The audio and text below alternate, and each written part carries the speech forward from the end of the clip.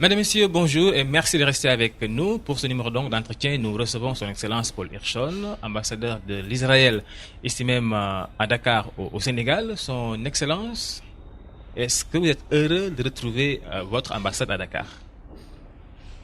Principalement, je dois dire que c'est un plaisir d'être ici à Dakar. Moi, j'aime beaucoup de Dakar. J'étais 2 ans en Dakar. J'ai déjà compris, j'ai déjà appris où sont les meilleurs restaurants et les meilleurs magasins de café. Et vous avez beaucoup de variétés d'activités ici à Dakar. Et l'ambassade était ouverte pendant toute cette période. C'est une ambassade, c'est une petite ambassade, mais c'est une ambassade régionale, responsable pour les relations, notre relations, avec 7 pays en Afrique de l'Ouest. Le centre, c'est Dakar, c'est Sénégal, mais nous sommes responsables aussi pour les relations avec Cap-Vert, Guinée-Bissau, Sierra Leone, la Gambie. Et pendant cette période, j'étais 5 semaines dans les 5 pays, 5 autres pays. Et aussi, le président de Sierra Leone a visité en Israël avec une grande délégation. Il y a 3 semaines, le premier ministre de Guinée-Bissau a visité en Israël. Et j'ai visité avec mon premier ministre à Monrovia il y a 10 jours. Donc, moi, personnellement, j'étais très actif.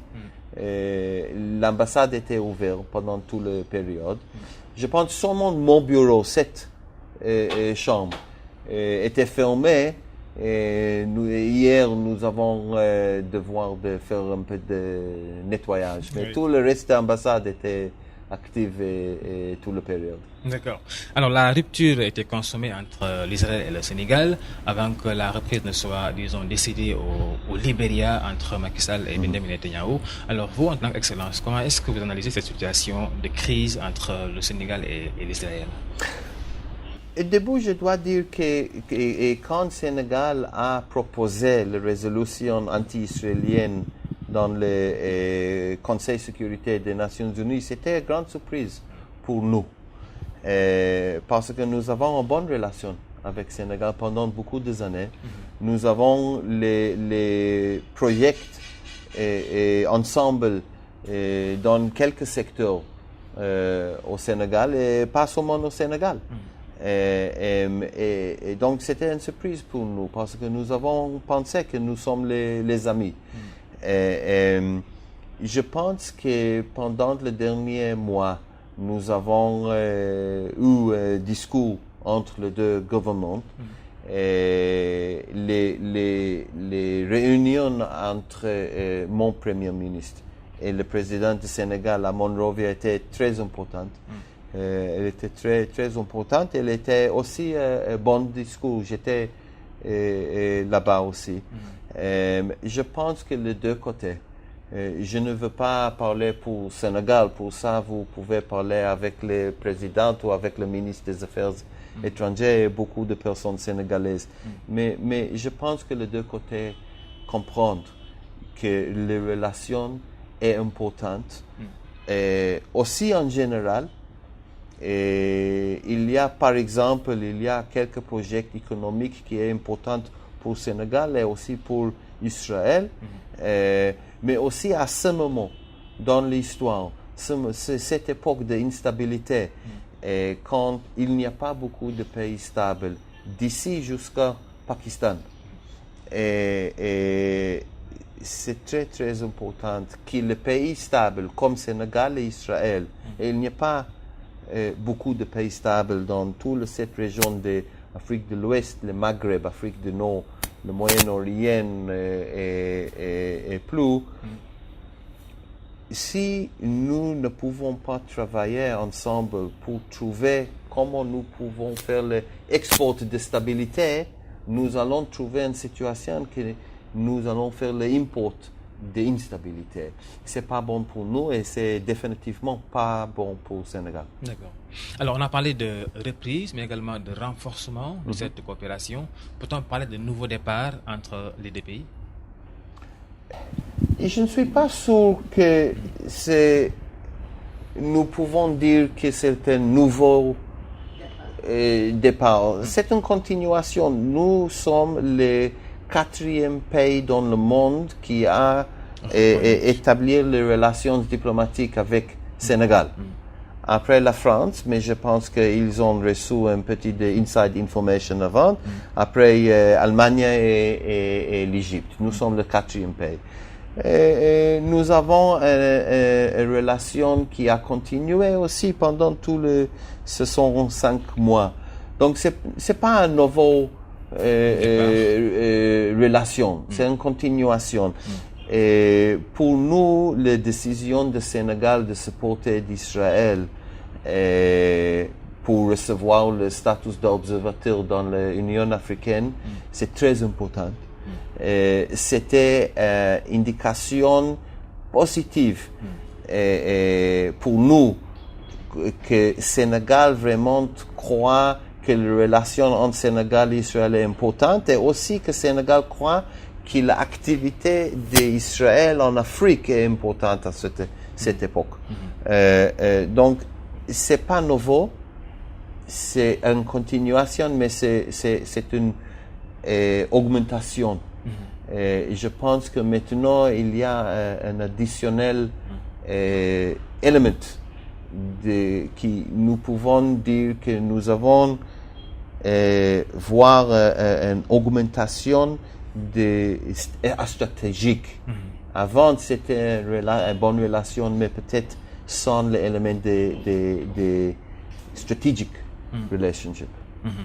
Alors, on parle de relations stratégiques. Quels sont les projets, disons, qui fondent cette coopération entre le Sénégal et l'Israël? Traditionnellement, je pense que nous, Israéliens, nous étions très actifs dans le secteur de l'agriculture. Je crois que vous connaissez les grandes fermes dans le nord du Sénégal avec le canne sucre et toute l'activité de l'ambassade d'Israël dans le sujet de formation. Et dans 2 mois, nous allons ouvrir le premier grand centre de formation et services agricoles en Casamance. C'est un projet entre le gouvernement du Sénégal et le secteur privé israélien. Donc, c'est les premières bases. C'est les activités dans le secteur de l'agriculture.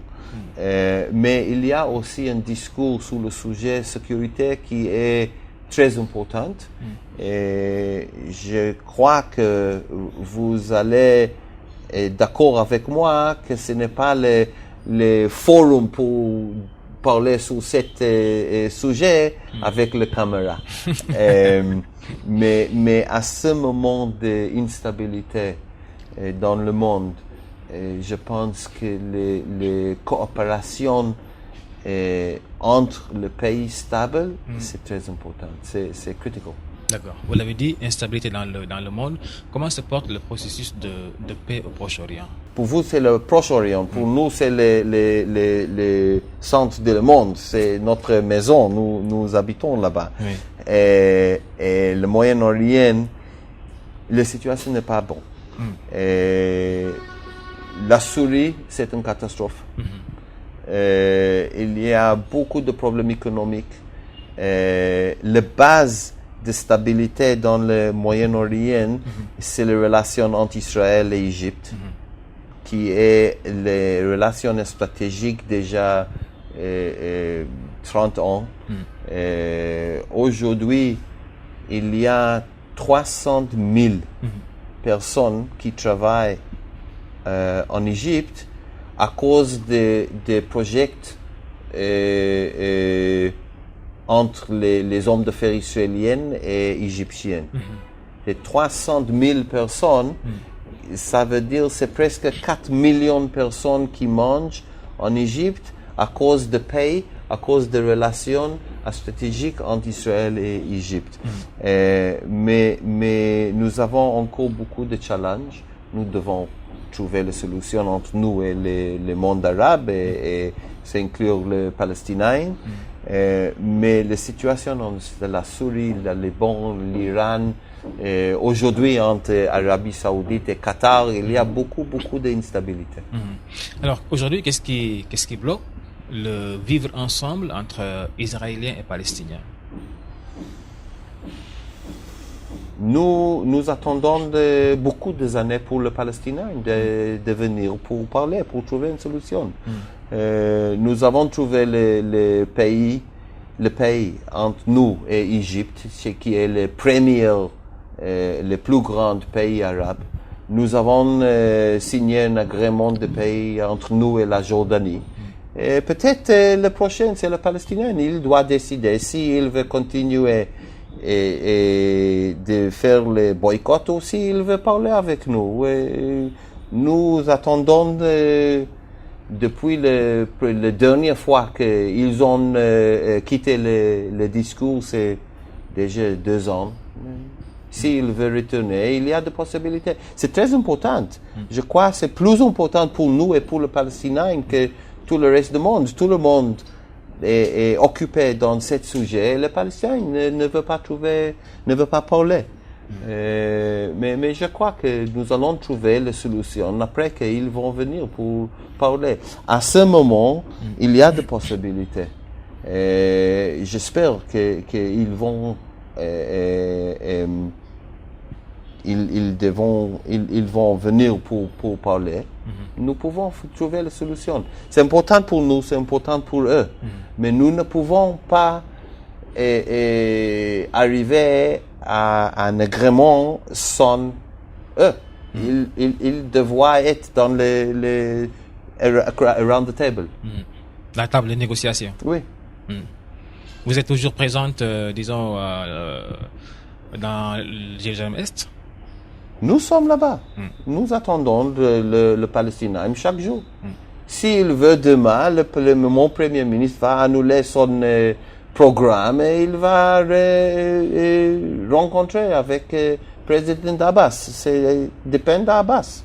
Et c'est pas facile. Je sais que nous devons faire le compromis. Ils devront faire le compromis. C'est le problème. Ils ne veulent pas faire le compromis. Mais les deux côtés, nous n'allons pas recevoir tout ce que nous voudrons recevoir. Et il aussi, la même chose. Pour ça, il ne veut pas venir pour les négociations. Mais nous sommes là-bas, à côté de table de négociation, le même jour qu'il veut parler, nous allons continuer le discours et je crois que nous allons trouver le paix. Et comme j'ai dit, nous allons trouver l'agrément de paix avec l'Égypte. Nous étions l'esclave en Égypte pendant, je sais qu'il y a beaucoup de temps, il y a 4000 ans. Mais nous étions l'esclave en Égypte pendant 250 ans. Si nous pouvons aujourd'hui être le partenaire stratégique avec l'Égypte, qui nous étions là-bas esclaves, c'est possible de faire un agrément entre nous et les Palestiniens. Les problèmes avec l'Égypte étaient pendant 4000 ans et avec les Palestiniens, c'est quelques ans. Dans les perspectives historiques, c'est nouveau. Nous pouvons trouver cet agrément. Le même jour qu'ils vont accepter que nous sommes un pays avec tout le droit d'être là-bas, il y a un agrément. Le conflit israélo-palestinien, oui. Est-ce que sur le terrain, il y a toujours de la violence? Ce n'est pas un conflit israélien-palestinien. C'est un conflit israélien avec le monde arabe. C'est inclure le Palestinien. Il y a beaucoup de violence, c'est vrai. Et malheureusement, il était quelques guerres. Le même jour que nous avons annoncé notre indépendance, il y a 6-7 pays arabes qui ont attaqué pour annuler les décisions pour établir un pays juif. Mais si nous suivons ce conflit, nous pouvons voir qu'il y a une diminution de violence. Et avec l'Égypte, il y a des pays. Avec la Jordanie, il y a des pays. C'est pas un grand secret qu'aujourd'hui, il y a de commerce entre nous et la majorité du monde arabe. Aussi, avant d'établir des relations diplomatiques.